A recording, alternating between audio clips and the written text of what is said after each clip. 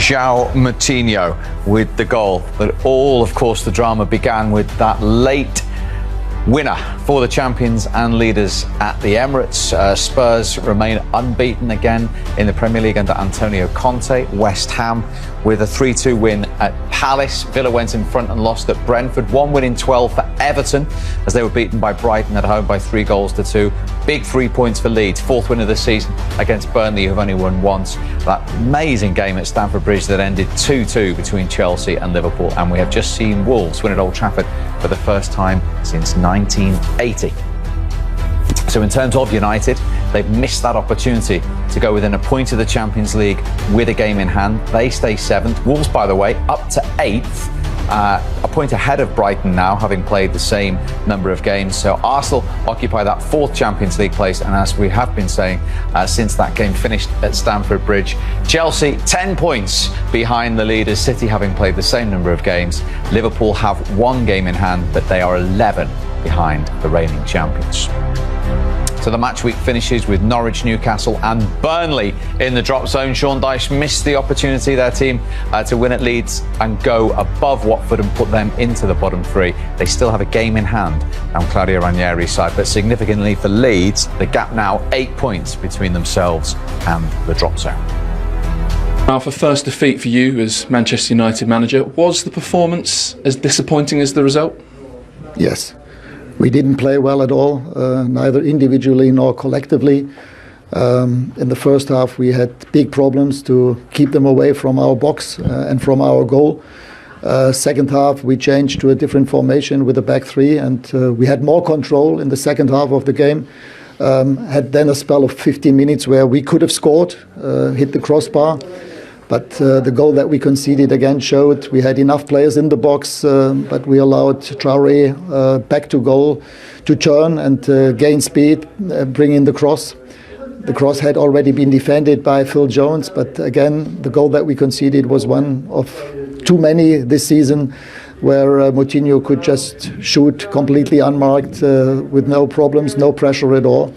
And therefore we are very disappointed about the result, but also about parts of our performance. So why did you have such problems with control in that first half? Why did you have to change it?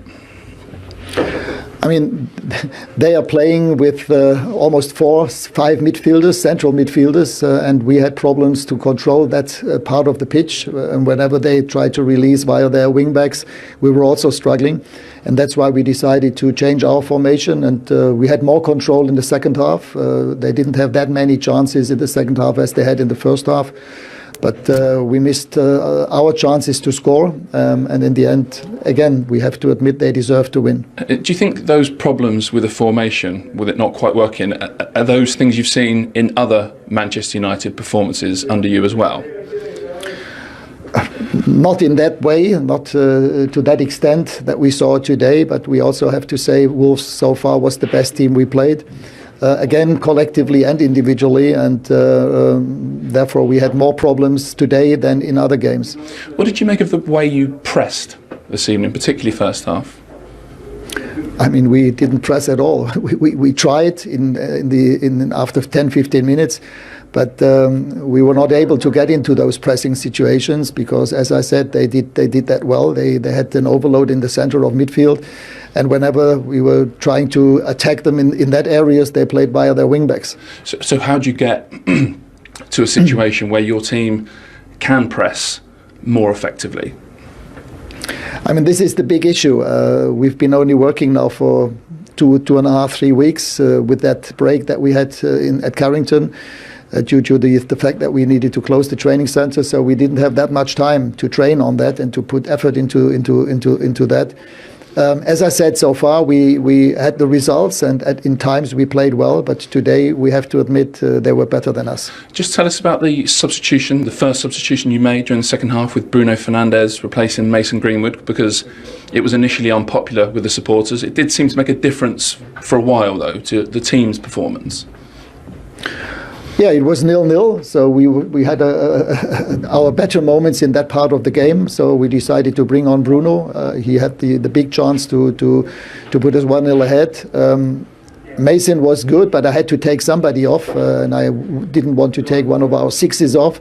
So the question was, shall I take off Eddie or Mason? And I decided to take off Mason. Where'd you go from here, Ralf? Where'd you go to begin seeing some progress? Yeah, I mean, the game showed that we still have a lot of work to do. We still have to take quite a few steps, both collectively and individually, especially against the ball, but also in the first half when we were in possession of the ball. We had, again, too many unforced errors, too many giveaways. And in those parts of the game, we just need to get better. Yeah, great night for Wolves. We mentioned that word at half-time that Ralf Rangnick has used a lot, control, right? And Wolves had it tonight. Yeah, but I'm confused as to what Rangnick's doing in respect of trying to control the game. You're not going to control a game with McTominay and Matic in the midfield, for me. It's a game that I don't know why Bruno Fernandes didn't start. We saw the impact he had. But Man United at Old Trafford should be controlling the game. Why they need two holding midfielders of the same kind of ilk, Andy, for me, it's confusing for me, because surely Man United at Old Trafford, you've got to be progressing the ball to get to Ronaldo, get to Cavani, get to Sancho, get to Greenwood, who I still can't believe came up, and put pressure on these teams. Honestly, I'm not seeing nothing different at all. I'll agree, but I did say that I don't think Manchester United progress. Yeah, fair enough. He's only been a month, but you usually have that when a new manager comes in. You usually have the players change up their attitude and intensity changes. I've seen nothing. You know, yeah, Manchester United have picked up 10 points, fantastic. But the manner they've picked up those 10 points is not being the manner people are expecting. And then watching it today, there's no creativity. You know, for me, I understand there's been a lot of games we played over this period. You're tired. But there's big squads there. And Manchester United were very, very poor. Would you be frustrated as a striker in this current setup then? Yeah, I would be frustrated, you know, because as a centre forward, you want your teammates to make chances for you, but ultimately you want to try and make them for yourself as well. Looking at it today, there was no chances created until Bruno come on. Now, Manchester United should not be relying on one individual, because it's Manchester United, but he was the only one who was going to bring that little bit of sparkle. I mean, that little bit of magic where he's going to create a little bit of chances or whatever. He's come on and he's hit the bar, he's produced a few passes, and all of a sudden everyone's talking about Man United played well the second half. And you know the thing as well, Anne, is that we were talking just before the break there, Steve, about young players like a Greenwood. Like, I think that was just a sacrifice, because it's easy to take him off. You're not going to take off Cavani or Ronaldo. He's taken off Greenwood, somebody he's at that age where he's kind of fearless. We know what he's capable of doing. He's always going to get on the ball. He's going to dribble people. He's had some dribbles today. You don't take that off, because he is going to do something at some stage what's going to create a chance. And when you consider that Matic and McTominay played the whole 90 minutes when they needed something, I am baffled. I'm baffled by that. Yeah, but I'm not into two holding midfield players anyway. I don't think when you're at home you have to have two holding midfield players. Why? You're the home team. And if you're going to try and win the league, or you're going to try finish in the Champions League spot, you've got to attack as a home team. If you look at that this evening, at what stage do you see Manchester United attack? Let's give Wolves some credit, as you rightly said, and look at the goal as well, which was beautifully crafted from their point of view. Well, it was, but what happened was when Traore came on, there's not one instant where they put the ball into him and he didn't get on it. Once we got into this situation, thinking, okay, people say, yeah, Phil Jones, you know, we're talking about somebody who hasn't played for like 2 years, you know, there's a bit of rust there. But for me, McTominay, running into this box, at the moment he's jogging. That's Moutinho. I don't think at any stage he has a look around. He's running into a box where he's not doing anything. He's not picking anyone up. Moutinho's got too much time on the edge of the box. People can say whatever they want. They can nitpick and say where the header should have gone from Phil Jones. But at the same time, you've got to be more aware of you as the holding midfielder going in defensively to try and stop him. Look how much time he's got. And McTominay's the one who's the closest to try and get to him. Now, if he's in the team, he's got to be in the team to do that job. You know, because he's not in the team to make it do anything progressive, because he hasn't done anything progressive.